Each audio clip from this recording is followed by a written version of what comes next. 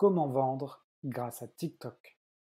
Dans cet épisode, j'accueille Caroline Jurado, qui est passée de 0 à 40 000 abonnés en 2 mois sur TikTok. Elle a créé une chaîne de vulgarisation des crypto-monnaies. Caroline, dans cet épisode, va nous présenter les différents fondements pour créer une communauté et ensuite monétiser cette communauté grâce à TikTok. On va parler du fonctionnement global de l'application, ce qui marche, ce qui ne marche pas, la stratégie marketing à mettre en place. On va voir également l'importance d'utiliser sa marque personnelle pour vendre et le type de contenu que l'on peut proposer.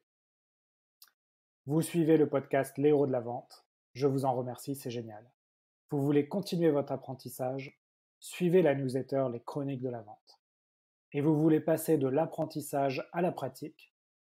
Utilisez la solution Vive pour enregistrer vos rendez-vous par visioconférence, les analyser et les débriefer afin d'augmenter considérablement vos performances commerciales. Bon épisode.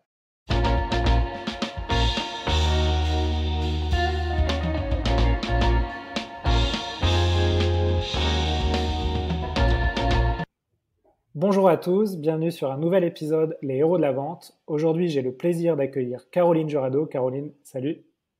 Salut Alexandre. Donc Caroline, pour les auditeurs qui ne te connaissent pas encore, est-ce que tu peux te présenter? Oui, avec plaisir. Donc moi j'accompagne des CEO de boîtes en moyenne moins de 500K d'ARR à scaler leurs ventes sur le B2B principalement. Et à côté de ça, j'ai une newsletter crypto et je suis une ancienne entrepreneur parce que j'avais monté un business en SaaS B2B il y a quelques années que j'ai revendu au leader de mon marché. D'accord, tu peux nous en dire un peu plus sur cette boîte, qu'est-ce qu'elle faisait par... Ouais, carrément. Elle s'appelait Linky et c'était une solution de sondage pour les collaborateurs. Donc, je vendais ce logiciel-là aux DRH, plutôt de grands groupes, en B2B pour prendre en prendre en compte l'avis de ces collaborateurs-là sur des sujets stratégiques de l'entreprise. Ok, très bien. Donc, tu as revendu cette boîte-là. Aujourd'hui, tu travailles à ton compte. Exactement. Voilà, juste avant de lancer le sujet du jour, est-ce que tu peux nous donner un retour d'expérience sur ton métier quand tu étais entrepreneur à la tête d'une équipe et ton métier aujourd'hui d'auto-entrepreneur ou de consultant? C'est quoi les points positifs que tu aimes bien, les points que tu aimes moins bien? Est-ce que tu trouves est-ce que ça te manque ou tu es bien dans ton activité actuelle? Est-ce que tu peux nous faire un petit retour là-dessus? Parce que je pense qu'on va en reparler tout à l'heure de Ouais, créer son carrément. propre métier. C'était une expérience géniale d'être entrepreneur et d'être à la tête d'une équipe. On était 10 en l'occurrence dans ma boîte. C'était génial, mais c'était beaucoup de stress. Et moi, je gérais principalement, enfin, bon, j'étais CEO, donc je gérais un peu tout, mais en tout cas, c'était beaucoup le département commercial que je prenais à ma charge. Et actuellement, la grosse différence, en réalité, c'est que je peux m'organiser beaucoup plus comme je veux que ce qui était le cas avant. Parce que malgré tout, quand on est fondateur d'une boîte, c'est pas comme si on était salarié, mais tout presque, parce qu'on a des investisseurs, on a des clients et des salariés. Du coup, on est vraiment dans un carcan où c'est assez difficile de sortir. Et là, en étant auto-entrepreneur, j'avoue que je kiffe beaucoup ma liberté pour l'instant. Oui, parce que tu sais que si tu travailles pas, donc tu n'as pas de résultat, mais finalement, c'est ta responsabilité. Ouais, exactement. Je peux m'organiser exactement comme je veux. Après, je me sens pas du tout seule parce que je travaille avec beaucoup de clients et je monte aussi beaucoup de projets. Mon objectif, moi, c'est d'avoir une activité qui est assez stable pour me permettre de monter des projets entrepreneuriaux à côté. Et donc, du coup, je suis loin de me sentir seule, non, en ce moment. Ok, très bien. Donc, le message est passé. Si vous avez besoin d'augmenter les performances de votre startup, vous pouvez appeler Caroline. Alors aujourd'hui, on va pas parler d'ARR, de scale-up, de revente de boîtes. On va parler d'un autre sujet que tu m'as proposé et que je trouvais passionnant parce qu'on en parle beaucoup aujourd'hui et je pense que quand on n'a pas moins de 20 ans aujourd'hui, c'est un sujet qu'on connaît pas forcément bien. Donc on va parler de TikTok aujourd'hui. Ouais. Alors notamment, on va parler de comment vendre grâce ou à travers TikTok. Alors pourquoi, première question, Caroline, pourquoi tu voulais aborder ce sujet? Je voulais aborder ce sujet parce que c'est un sujet que je trouve déjà extrêmement fun comme toi et que j'ai découvert TikTok, en tout cas en tant que productrice de contenu, en tant que créatrice de contenu il y a 2 mois et demi maintenant et que je l'utilise vraiment pour convertir des clients sur un projet notamment et donc je trouve que c'est super intéressant. J'ai appris énormément de choses en faisant ça, donc je me suis dit que ça serait vraiment trop cool de le partager.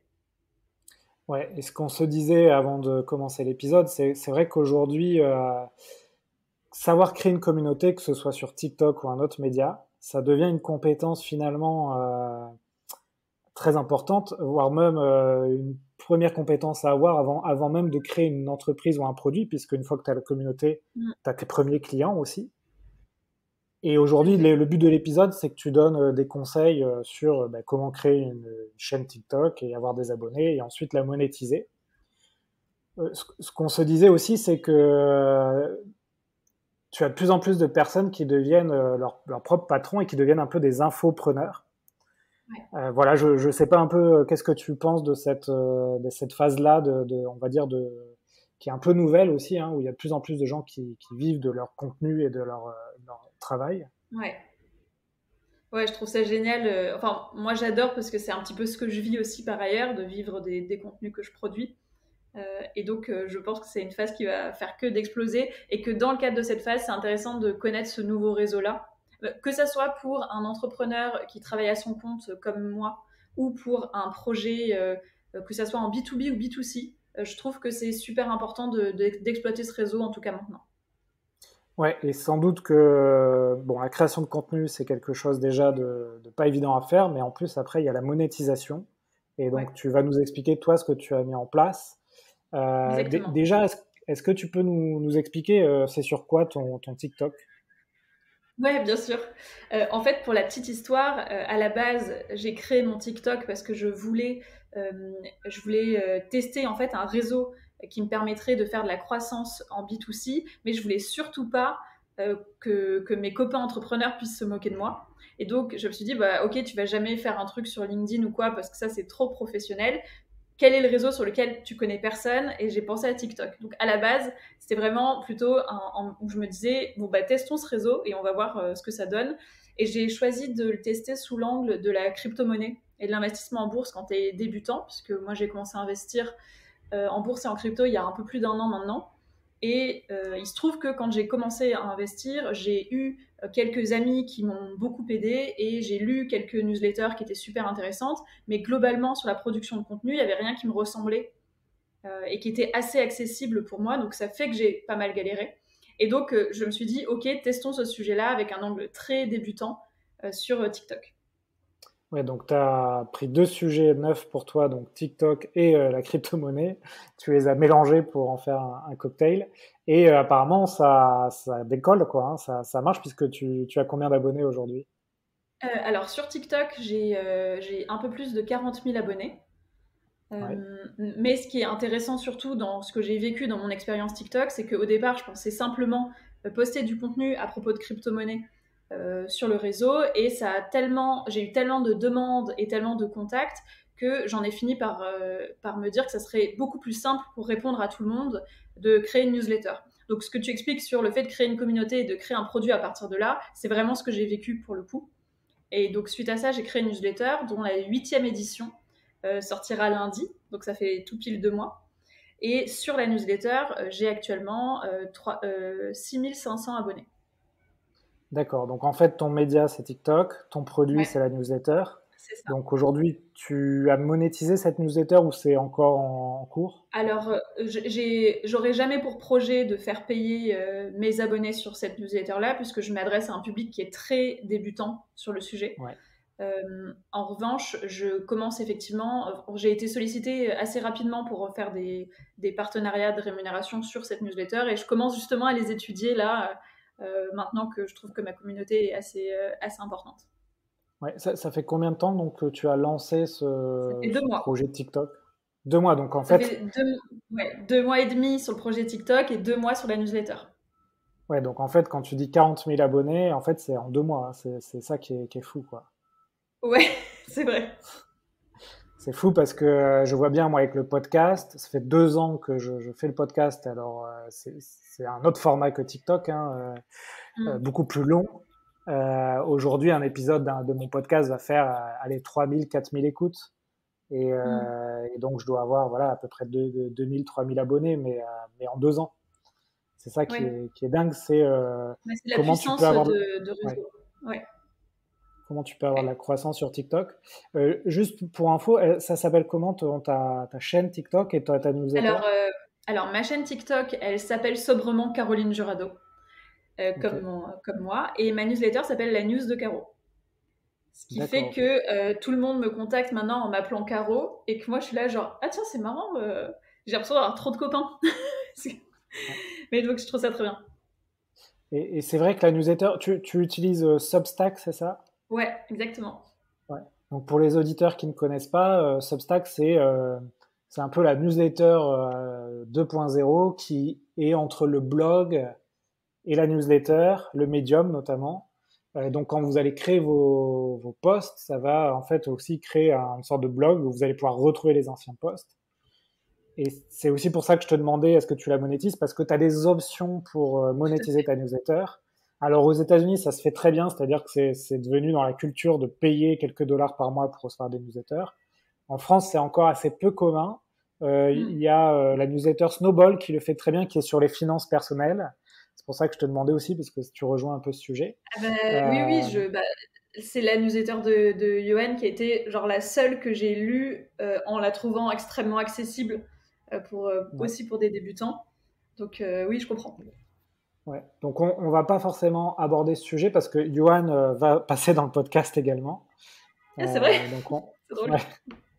Donc on va rester sur TikTok. Alors du coup, Caroline, prenons un auditeur qui nous écoute, qui connaît pas tellement Mhm. TikTok, qui a regardé vite fait, qui est vite parti parce qu'il a vu des vidéos un peu étranges dessus. Et Ouais. finalement, il se dit, ben, pourquoi pas essayer de proposer du contenu et voir si ça marche. C'est quoi un peu ton premier conseil à cet auditeur?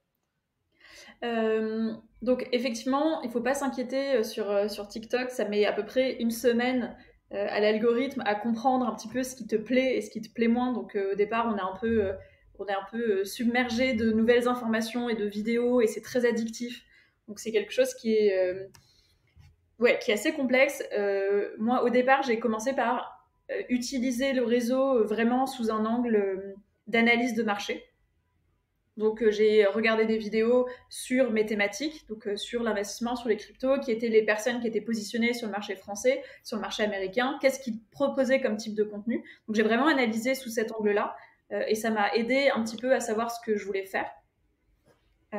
Et ensuite, le deuxième conseil que je donnerais, c'est de pas trop réfléchir, parce que ce qui fonctionne sur TikTok, déjà c'est difficile de trouver ce qui fonctionne sur TikTok parce que l'algorithme est assez particulier. Mais je te le dirai, enfin je t'en dirai un petit peu plus. Mais il faut plus y aller et apprendre en faisant et en améliorant au fur et à mesure que d'essayer de faire un truc parfait au départ, parce que de toute façon, c'est exactement comme une startup, quoi. Le produit, il évolue en fonction des retours de ses clients. Et là, c'est exactement ça. Ouais, donc c'est vrai que j'allais te dire, c'est le même conseil pour une startup, un podcast, etc.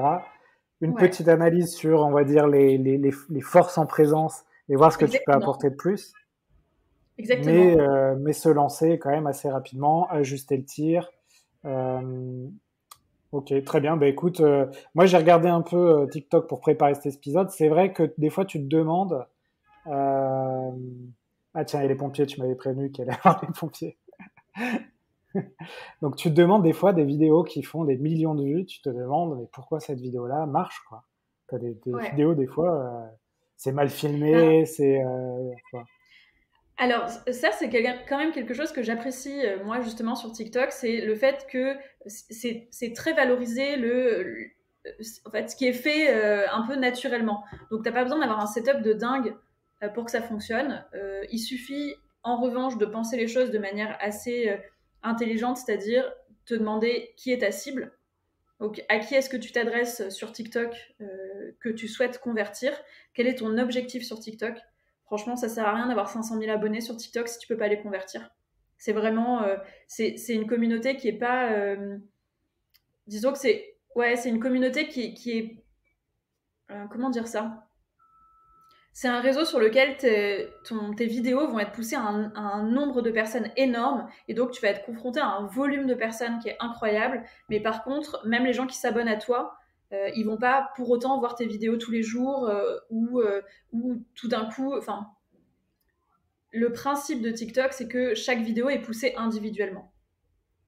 Donc à chaque vidéo, c'est comme si tu repartais à zéro. Donc c'est une chance de dingue d'augmenter le nombre de tes abonnés, mais ça veut aussi dire que tu t'adresses pas uniquement à tes abonnés, que tu es toujours en train de convaincre des nouvelles personnes. Et tes abonnés vont pas forcément voir tes vidéos tout le temps. Donc tu as un espèce de mécanisme où ta communauté sur TikTok, elle est vraiment réelle quand elle est convertie. Donc ça sert à rien de Très faire bien, des buzz de dingue si tu peux pas convertir ensuite. d'accord. Tu vas nous expliquer les étapes de la conversion. Ouais. Peut-être avant ça, on m'en avais parlé aussi en off. Tu m'as parlé d'utiliser sa marque personnelle pour vendre sur TikTok. Qu'est-ce que tu entends par là? Est-ce que tu peux Oui, nous en expliquer? fait, ce que je voulais dire par là, c'est que tous les vendeurs probablement qui nous écoutent le savent, maintenant on vend beaucoup mieux en utilisant sa marque personnelle. Et donc quelqu'un qui va vouloir travailler avec vous, avec votre startup ou interagir avec votre produit, il va le faire beaucoup plus en confiance si il t'a vu une fois sur LinkedIn, une fois sur Instagram et une fois sur TikTok par exemple. Donc ce que je veux dire par là, c'est que ça vient vraiment consolider ton image de marque perso et te rapporter des clients. Si je dois, par exemple, prendre mon cas, il se trouve que c'est sur ma newsletter que je convertis. Néanmoins, mon business principal, c'est d'accompagner des CEO de start-up sur leur développement commercial. Eh bien, puisque je m'exprime à la fois sur LinkedIn et à la fois sur TikTok, j'ai des personnes qui viennent me contacter en me disant, en fait, j'ai l'impression de te connaître déjà, Caro. Du coup, j'ai envie qu'on bosse ensemble. Et c'est en ça que je veux dire, ça te crée ta marque, ça te rend visible, et du coup, ça te permet d'avoir plus de clients aussi. Et ça t'est déjà arrivé d'avoir un lecteur de ta newsletter qui est devenu client de ton activité de consulting? Ouais, exactement, de plus en plus. D'accord. Ça, c'est intéressant. Ça veut dire que, en fait, dans ton persona, ta cible de ton activité principale, tu as des gens qui s'intéressent à la crypto-monnaie et donc, à un moment donné, que tu peux toucher avec un autre média et une autre expertise. Ouais, tout à fait. Après, je pense que c'est vraiment pas la majorité de mes lecteurs, mais parce que j'ai très peu communiqué sur ma newsletter, par exemple sur LinkedIn, sur lesquels je suis vraiment dans le réseau de ma cible. Sur TikTok, c'est beaucoup plus vaste. Je vais avoir des tout jeunes qui commencent à investir, des personnes qui effleurent le sujet. J'ai vraiment pas que des CEO et des head of sales Ouais. qui me lisent, quoi. Oui, parce que ça reste un réseau quand même assez jeune, c'est-à-dire où les Alors audiences sont jeunes. maintenant, il y a plus de 40% des utilisateurs de TikTok qui ont plus de 25 ans. Donc ça D'accord. signifie quand même qu'on est sur une audience qui est beaucoup plus large qu'avant et qui n'est pas uniquement... Enfin, en gros, tu peux considérer quand même très souvent que ta cible, elle est sur TikTok et qu'en plus, elle va y être 1 heure par jour. Ah oui, ouais, c'est la moyenne, tu penses? Ouais, oui, oui, c'est la moyenne. D'accord, ok, super.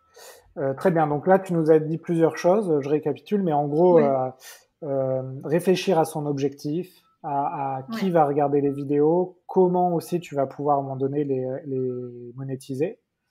Pas trop passer de temps non plus à la stratégie, mais aussi à rentrer dans l'outil et mettre des vidéos. Est-ce que tu peux nous expliquer le fonctionnement de TikTok, un peu le fonctionnement de l'application?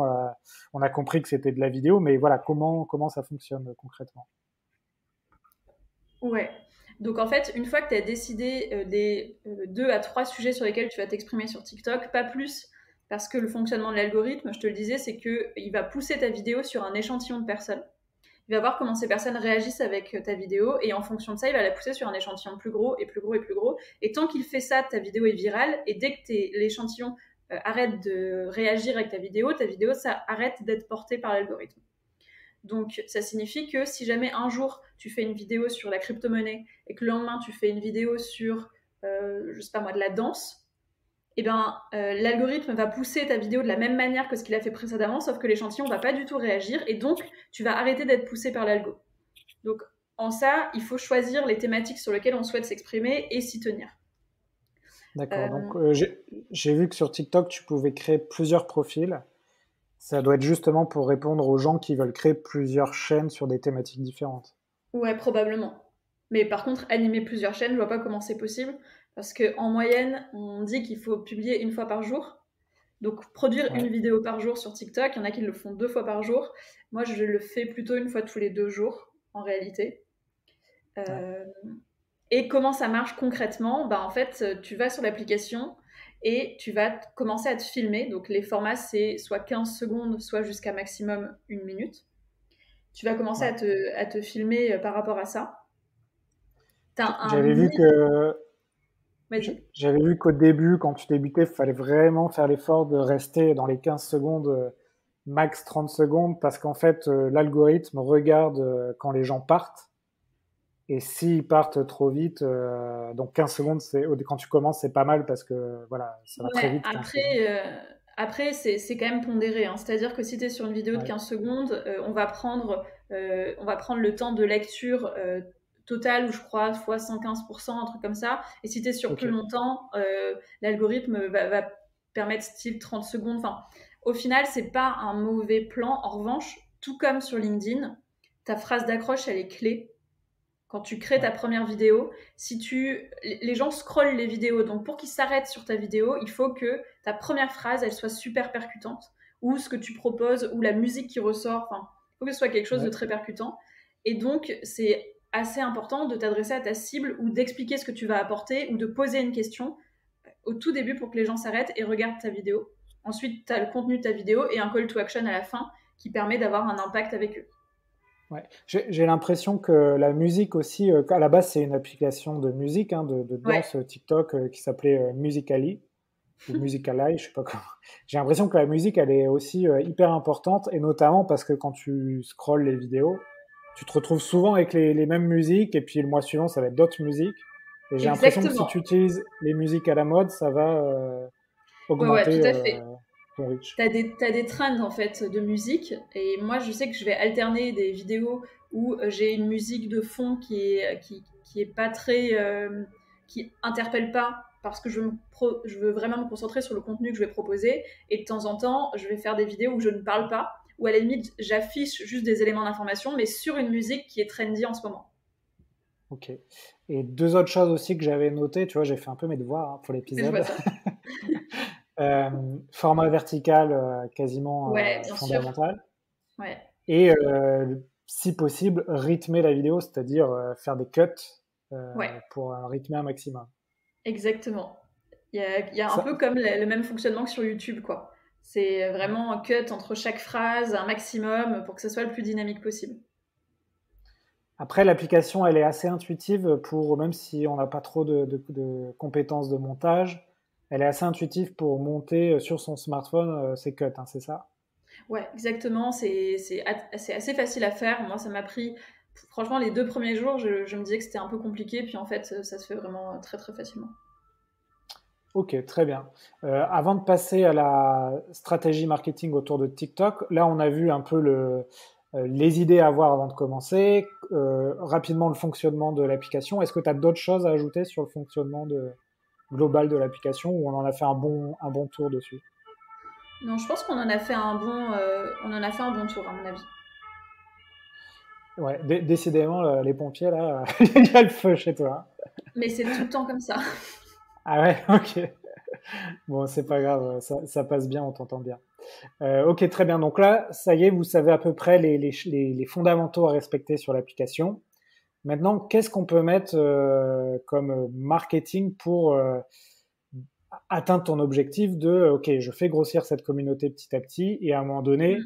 je vais essayer de la monétiser Ouais. et de leur vendre, Euh, puisque c'est le sujet du jour, de leur vendre quelque chose. Exactement. Eh bien, alors le premier élément, c'est, on en a un petit peu parlé, hein, mais d'étudier ton marché. Donc, regarder vraiment comment sont positionnés les gens et comment est-ce que toi, tu souhaites te positionner par rapport à eux. Ensuite, définir ton objectif. Donc, c'est super important pour moi que ton objectif il soit vraiment tourné autour de la conversion. Enfin, c'est-à-dire que c'est vraiment pas suffisant d'être, entre guillemets, une star sur TikTok. On s'en fout, on s'en fout d'avoir une grosse audience si c'est pas une audience qualifiée sur ta cible que tu peux convertir ailleurs. Ça, pour moi, c'est la priorité. Et c'est les choses que la plupart des gens oublient, je trouve. Ensuite, définir ta stratégie de contenu. Donc ça, on en a un petit peu parlé aussi, mais choisir 1 à 2, 3 sujets sur lesquels tu souhaites t'exprimer et te tenir sur cette ligne-là, éditoriale. Et s'il y a un élément qui est quand même important, je trouve que, en fait, sur TikTok, t'es quand même tellement exposé que tu vas très facilement avoir des gens qui vont critiquer ce que tu fais, être désagréables, tout comme être bienveillant, mais voilà, l'exposition est tellement énorme que du coup, il faut se prémunir de ça. Et un des éléments qui te permet de te prémunir, c'est de te poser la question de qu'est-ce que c'est ma juste cause dans le cadre de mes vidéos, quel est mon pourquoi je fais ça, et à qui je m'adresse, et d'essayer de le placer, en tout cas que ça ressorte dans chaque vidéo. Ma juste cause, qu'est-ce que c'est ? Moi, ma juste cause, c'est d'aider des gens qui débutent dans l'investissement à comprendre les bases de trucs qui, moi, m'ont mis un petit peu de temps à comprendre. Et ça va pas plus loin que ça, et c'est toujours ça. Et donc souvent, je le répète, moi, je suis pas une professionnelle, je me fais pas passer pour une professionnelle, mais par contre, ça m'intéresse de t'aider pour ça parce que moi, j'ai galéré. Ouais. Ça permet de se prémunir aussi. Oui.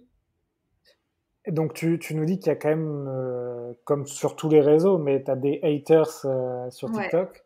Ouais. J'ai vu que tu pouvais néanmoins couper les commentaires de tes vidéos. Toi, tu les laisses ? Alors, j'ai testé pas mal de choses parce que c'est vrai que je crois que j'ai plus de haters que les autres, malheureusement. Et je crois que c'est malheureusement lié au fait que je sois une nana, que je sois blonde et que je parle de crypto. J'ai l'impression que ça révèle le pire de pas mal de gens. C'est vrai que la crypto, un peu comme le monde des startups, mais c'est très masculin. Tu vas dans un meet-up de crypto-monnaie, t'as que des mecs. Ouais. Et puis, moi, j'ai vraiment des commentaires du style retourne à la cuisine, la preuve qu'on peut pas être belle et intelligente. Enfin, vraiment, j'ai des trucs sexistes au possible, très très souvent. Et bon, du coup, oui, tu peux couper les commentaires des vidéos. Moi, je le fais pas parce que ça empêche vraiment beaucoup la viralité de tes vidéos. Par contre, tu peux bloquer certaines personnes qui vont mettre des commentaires désagréables sur toi. Et tu peux aussi mettre des mots-clés pour que quand un commentaire a ce mot-clé-là, il n'apparaisse pas. Donc, moi, j'ai un peu ciblé les éléments qui étaient récurrents pour essayer de bloquer ça. Donc tu peux bloquer les gens qui mettent certains mots, c'est ça ? Ouais, tu peux bloquer les commentaires dans lesquels il y a certains mots. Et tu peux bloquer des personnes à partir, par exemple, des commentaires qu'ils te mettent. Tu peux bloquer pour qu'ils puissent plus jamais voir tes vidéos et donc plus jamais interagir avec toi. Ouais. Moi, je sais que bon, j'ai pas des haters comme certaines personnes sur LinkedIn peuvent en avoir beaucoup, hein, mais ça m'est arrivé dans le podcast, par exemple, tu vois, de lire les commentaires sur Apple Podcast et d'en avoir 2 négatifs, par exemple, et sur une centaine de positifs. Mais moi, je sais que ça m'atteint un peu les commentaires négatifs, alors que je sais qu'il faut vraiment le décorréler de tout ce que tu fais, puisque tu as toujours des gens mécontents. Donc toi, tu les lis, les commentaires, et ça arrive à faire un... Non, tu les lis pas ? Non. En fait, d'ailleurs, c'est pas super, parce qu'il faudrait répondre au maximum aux commentaires, mais comme moi, je veux pas passer... Enfin, des fois, dans mes notifications, je tombe dessus, et ça me file tellement un coup que je me dis, en fait, si je commence à lire et à répondre aux commentaires, je vais arrêter. Je vais arrêter TikTok parce que je vais détester les gens. Du coup, je me dis que tant pis, je réponds pas et je les regarde pas. Et de temps en temps, je tombe sur un truc. Limite, quand tu commences à avoir un peu d'audience, une formation intéressante, ce serait comment gérer les haters. Je sais que, tu vois, le fondateur de Germinal, Grégoire Gambato, il cultive un peu ça, c'est-à-dire il aime bien avoir sa communauté de haters. Et il pousse un peu le truc, mais malgré tout, j'ai entendu dans un podcast que ça le minait un peu quand même. Je pense que c'est compliqué d'être totalement hermétique aux commentaires, même si les gens qui font ça sont sans doute un peu bêtes, mais c'est pas évident de faire de mettre ça de côté. Ouais, je suis d'accord. Moi, j'ai fait une petite analyse de mes haters et déjà, ce sont jamais des gens qui sont abonnés à moi, donc c'est pas ma communauté. ils suivent pas ma newsletter, ils suivent pas mon compte TikTok, ce ne sont que des hommes. Et ce ne sont que des gens qui ne produisent pas de contenu. Ouais. Donc, partant de là, je considère que voilà, j'ai pas besoin de les lire, j'ai même pas besoin de gérer ça, en fait, parce que c'est juste pas ma cible, en fait.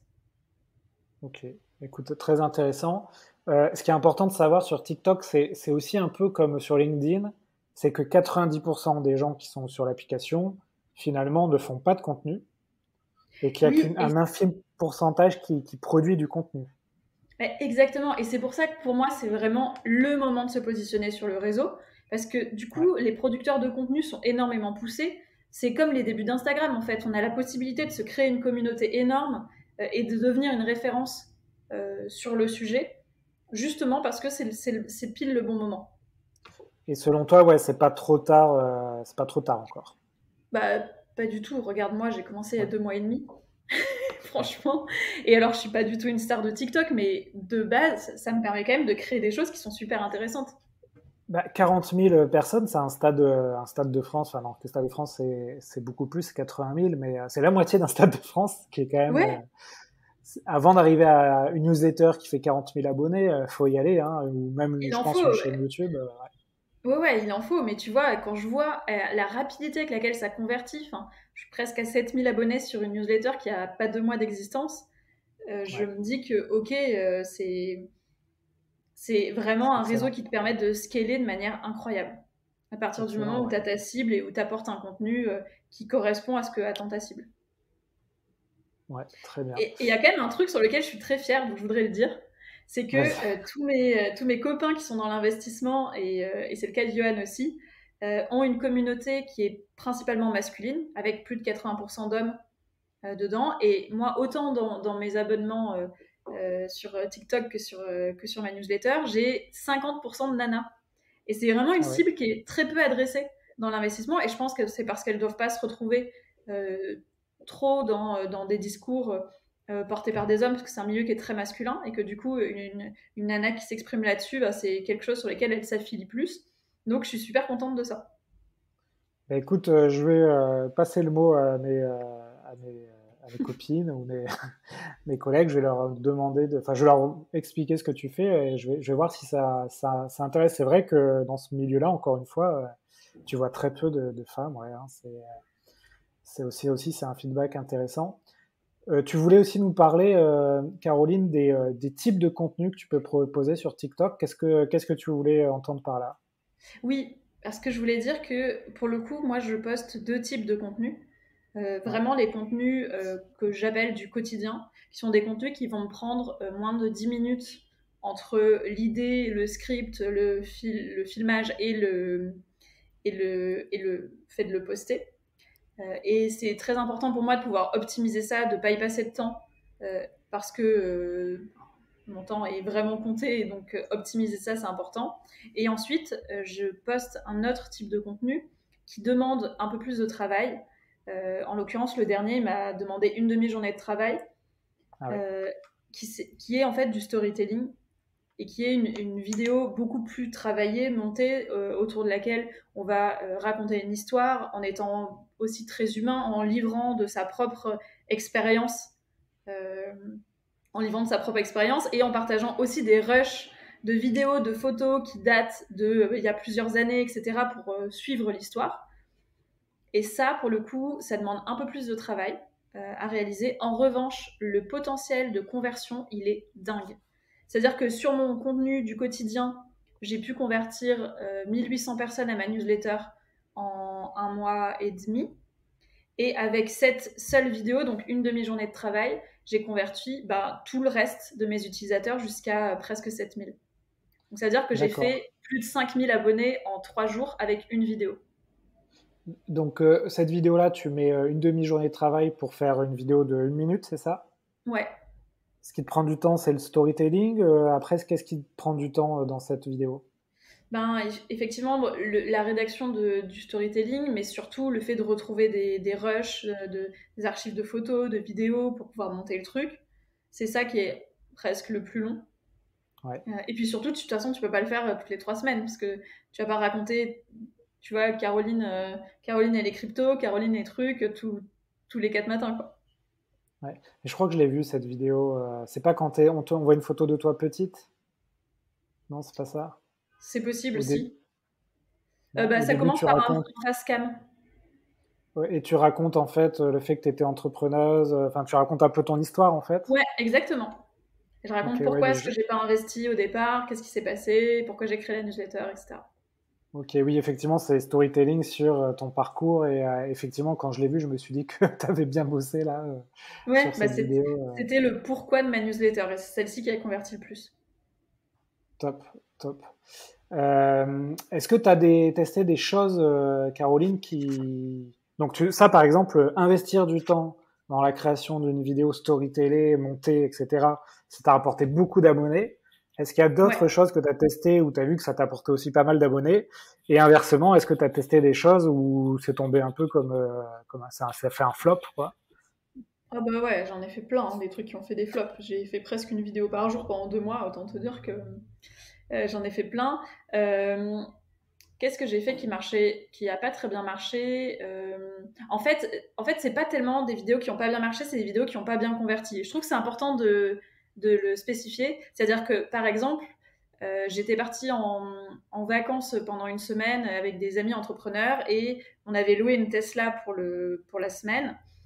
Et donc c'était trop cool. Et c'était pile au moment où Elon Musk annonce que Tesla va accepter le Bitcoin pour acheter sa voiture. Bon, entre-temps, il a changé d'avis. Mais en tous les cas, c'était pile à ce moment-là. Et du coup, moi, j'ai fait une vidéo sur ce truc-là en montrant la Tesla. En me disant, ça va être fun. Et en fait, ça a été fun, ça a fait un buzz de ouf. Sauf que ça n'a apporté aucune valeur, hormis énerver toute la cryptosphère putain, la meuf, elle parle devant une Tesla.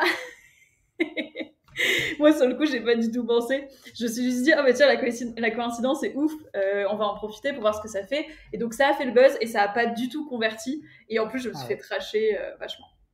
Donc, c'est Donc là, plutôt que. ça a fait un buzz un peu négatif, c'est ça? Ouais, c'est ça. Mais bon, sur TikTok, c'est pas très grave de faire des buzz négatifs. Ouais. Ça apporte juste rien de plus. Ça va pas venir impacter ta réputation en réalité. On s'en fout un peu. Ouais.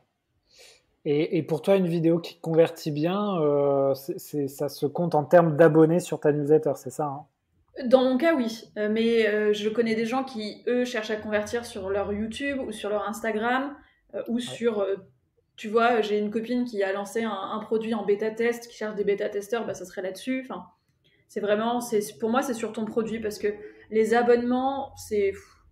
En fait, déjà, le nombre de vues de tes vidéos, elle est pas du tout proportionnelle à ton nombre d'abonnements. Ah ouais. Donc, parce que sur une vue de vidéo, tu as genre 4% de vues qui sont liées à tes abonnements. Tout le reste, c'est du nouveau, euh, de la nouvelle personne. Du coup, oui, conversion en abonnement, je trouve que c'est enfin, c'est intéressant, mais c'est plus pour l'idée que pour l'impact réel. D'accord.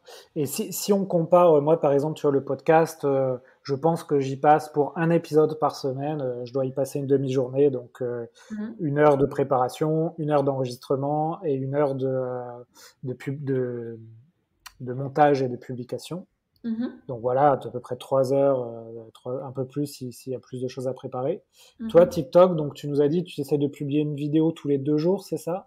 Ouais, une par Euh, jour et de temps en temps tous les 2 jours, ça dépend un peu, mais ça me coûte 10 minutes par jour, disons. ouais. Après, c'est plutôt ma newsletter qui me prend effectivement comme toi 3 heures Ouais. à peu près. En fait, on voit bien que quand on veut devenir un peu enfin, créer son média. Donc moi, j'ai Mm, créé mon podcast, toi, tu as créé ta mm, newsletter, ton TikTok, pardon, et ta newsletter. mm. Il faut bien choisir là où tu vas mettre ton énergie, ton temps, Ouais. et il faut faire attention peut-être de pas trop se disperser non plus. C'est-à-dire que peut-être que ta force, c'est l'écrit. Est-ce que de te lancer dans TikTok alors que t'aimes pas trop le montage, c'est une bonne idée? Enfin, tu vois, il faut. Après, ce qui est bien, c'est Ouais, peut-être d'en avoir deux, trois, quoi. je suis d'accord avec toi. Je pense qu'en tant qu'entrepreneur et même en tant que start-up, c'est important d'être présent pour moi sur 2 à 3 médias, effectivement, qu'il faut Mm. choisir en fonction de ce avec quoi Tes tu es à forces? l'aise et tu es confortable, exactement. Par contre, je pense quand même que TikTok, c'est un pouvoir incroyable qu'il faut prendre et que même si tu n'es pas très confortable avec la visio, bon, après, effectivement, si tu passes un mauvais moment, vraiment, il faut pas le faire, mais si tu as le doute, il faut le faire. Ouais, c'est un peu comme le Bitcoin, quoi. Si tu penses que ça peut marcher, tu as un peu un doute, tu peux quand même essayer, bien sûr sans te ruiner, hein, en mettant quelques euros que tu peux penser. Faut pas, enfin, je pense que ça peut être intéressant d'essayer pour pas regretter après, mais bien sûr, Exactement. en faisant attention à pas mettre tout En ton épargne. conscience, effectivement, Voilà. bien sûr. Bon, on fera un autre sujet sur le Bitcoin si tu veux, Caroline, parce que je pense qu'on peut faire aussi 1 heure d'épisode sur le sujet. Carrément. Très bien. Je voulais te poser une autre question aussi, mais ça m'a échappé. Est-ce que on arrive à 40 minutes d'épisode? Est-ce qu'il y a d'autres choses que tu voulais ajouter sur TikTok? Peut-être que ça va me revenir la question que je voulais te poser. Écoute, non, sur TikTok, mis à part que si jamais vous êtes un business ou une personne qui produit du contenu, je vous conseille de l'utiliser, mais utilisez-le comme un média pour convertir sur autre chose, plutôt que juste Ouais. pour avoir de l'influence sur TikTok. Je pense que c'est moins pertinent pour le coup. Même si moi j'ai commencé comme ça et je me suis dit, on verra ce qui va venir. Et au final, c'est ça qui est venu. Donc je dis ça, mais bon, voilà. Et Non, c'est sinon, vrai que ouais. C'est vrai, quand on a préparé l'épisode, je me suis dit, tiens, il faudrait que j'essaye. Allez, faisons un TikTok sur la vente. Et en même temps, je ne sais pas pourquoi, mais je me suis dit, c'est un format qui va m'être compliqué de donner des tips en 15 secondes sur la vente, même si y en a qui le font. Hein. Bah, y a Jean-Pascal Mollet qui passait sur le podcast qui le fait. Et du coup, je me suis dit, bon, testons autre chose, peut-être plus simple pour l'instant. Et donc, je t'en ai parlé un peu. J'ai fait une chaîne avec mon chien qui est vraiment pas dédiée vente, mais plutôt dédiée loisirs, humour. Après, si jamais ça fait des abonnés, comment je vais le convertir? Bon, j'appellerai Royal Canin. Hein. Mais l'idée, c'est de voir si voilà, des vidéos un peu humoristiques qui peuvent en plus toucher d'autres personnes que des Français, puisque je n'ai pas de paroles françaises, ça peut marcher. Donc voilà, je suis en mode test and learn et on verra ensuite si je me sens capable de faire un truc sur la vente ou un truc sur un autre sujet. Moi, le problème que j'ai, c'est que j'ai plein de mini-passions éphémères. Et je peux faire un truc sur le café, un truc mm, sur le chien, un truc sur plein de mm. sujets différents, le surf, etc. Et voilà, ce qui m'est compliqué pour moi, c'est d'être sur un sujet tous les jours pendant des mois et des mois. Ouais, focus. Ouais, ouais. Focus. Mais c'est exactement. Non, mais c'est exactement. En fait, tu soulèves un point qui est super important. C'est-à-dire que moi, au départ, j'ai pas fait un TikTok sur la vente, alors que c'est ça mon business aussi, parce que Ouais, je me sentais pas sur un format aussi court de faire des vidéos sur la vente tous les jours. Je me suis dit que j'allais mourir d'ennui, que je faisais ouais, déjà tout le reste du temps et qu'il fallait que je trouve quelque chose qui m'éclate par ailleurs en ce moment. Donc, c'est ça. Ouais. ouais. Après, toi, ce que tu peux faire si tu es intéressé par plein de petites choses, c'est trouver un angle qui relie un peu le tout et voir comment ça marche, tu vois. Bon, bah, merci Caroline, je vais pas dormir ce soir. Je vais essayer de penser à cet angle-là. Mais en tout cas, comme tu l'as dit au début, lancez-vous, vous allez voir. Moi, la chance que j'ai pour l'instant, c'est que j'ai pas de commentaires négatifs, j'ai pas de commentaires du tout, donc ça me va. Mais c'est intéressant. Par contre, il faut faire attention, comme tu l'as dit, de, de, de faire attention en fait à. C'est un peu un tourbillon, je trouve. Tu peux vite être pris dans un engrenage où tu scrolles les vidéos, un peu comme Facebook à ses débuts ou Instagram ensuite. T'es vite accaparé, je trouve, encore plus que les autres applications, les autres réseaux sociaux. Et t'es très Ouais, vite alors sur passif ça, j'ai aussi, un petit c'est-à-dire, tips. ouais, En fait, moi maintenant, tu disais tout à l'heure que tu avais passé vachement de temps à un moment en te laissant aller. Ça m'est arrivé aussi quelques fois, mais du coup, j'ai mis deux trucs en place maintenant. C'est que déjà sur TikTok, tu as la possibilité de mettre un code pour si tu passes plus d'une demi-heure que le truc te bloque. Donc ça, c'est déjà ok, cool. Et ensuite, maintenant, je ne me connecte plus sur l'application sans avoir retiré le son de mon téléphone avant. Parce que sinon, je sais que je suis foutue en fait. Je ah vais ouais. scroller pendant des heures. Alors que si je vais dessus pour voir mes notifs ou produire du contenu, je coupe le son avant parce que sinon je suis foutu. Ouais, parce que c'est le son qui est souvent Il addictif et t'appelle, qui ouais. capte l'attention. Ouais. Mm, mm. Ouais. Donc l'importance du son quand vous allez faire vos vidéos. C'est clair. Ok. Bah écoute, merci Caroline. Si tu veux bien, on va passer aux questions de la fin. Oui. Est-ce que tu as des contenus à conseiller aux auditeurs sur la vente ou l'entrepreneuriat qui peuvent être des bouquins, des podcasts, des vidéos? Est-ce que tu as ça en tête? En bouquin, j'en ai un en tête parce que j'en ai parlé il n'y a pas longtemps, qui s'appelle Influence et manipulation. Ouais. Qui est, je sais pas si tu l'as lu, mais pour moi c'était une vraie révélation. Alors il est un peu ancien maintenant ce bouquin et du coup il prend des exemples qui sont un petit peu vieux, mais pour le coup c'était incroyable de voir les mécanismes qui se cachent derrière la vente et la manipulation. Donc je trouvais ça intéressant. Ouais, il revient souvent ce bouquin. Alors, je l'ai pas lu moi, mais j'ai des bouquins qui se Mm. rapprochent sur ça, sur l'influence. Et tu te rappelles de l'auteur ou les gens Euh, retrouveront sur Google? Ouais, du coup, tu es en train de chercher. je suis en train de chercher, ouais, parce que j'ai plus le nom.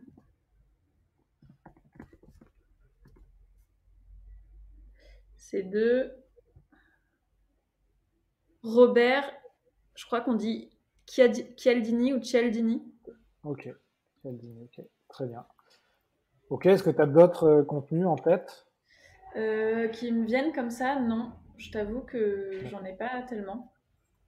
Ok, pas de souci. Est-ce que au-delà de TikTok, tu as des routines quotidiennes ou des rituels, des applications, des outils qui t'aident à être efficace et que tu aimes bien? Dans la vente, comme tous les vendeurs, moi je peux pas vivre sans mon CRM, ne serait-ce que parce que ça me permet de dire combien est-ce que je vais gagner dans le mois, dans l'année, et de penser même en tant qu'entrepreneur mon business comme une entreprise. C'est un truc que je trouve extrêmement sécurisant. Euh, Tu et utilises quoi ensuite, comme CRM?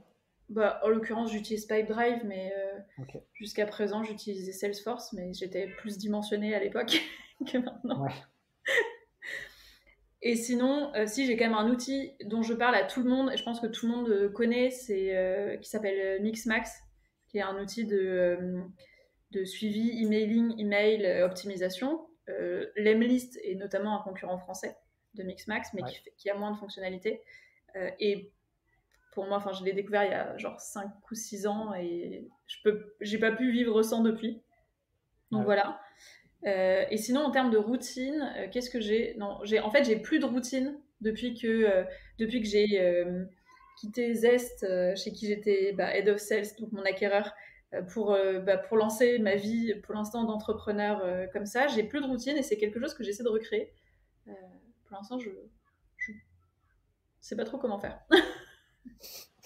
D'accord, ok. Attends, et par contre, tu avais des routines quand tu étais à la tête de ton Ouais, entreprise oui, oui. précédente? J'avais mes routines. Avant 8h30, je gérais mes mails, mon planning de la semaine, etc. Si, j'ai quand même une seule routine, c'est que je fais toujours une vidéo avant 8h30 le matin en même temps que je prends mon café sur TikTok. C'est le moment où je suis un peu tranquille pour faire ma vidéo.